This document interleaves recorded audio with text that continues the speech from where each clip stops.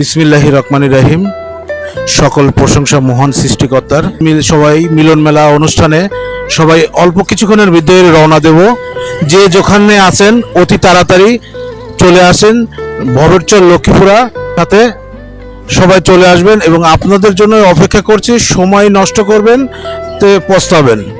হ্যাঁ, ইনশাআল্লাহ আমাদের সবুজ রহমানের কাছ থেকে কিছু বক্তব্য শোনেন।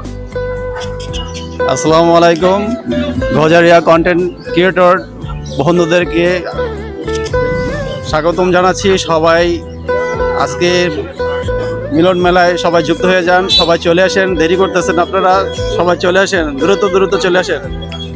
আমরা কিছুক্ষণের মধ্যে সবাই সুবর্ণভূমিতে যাব।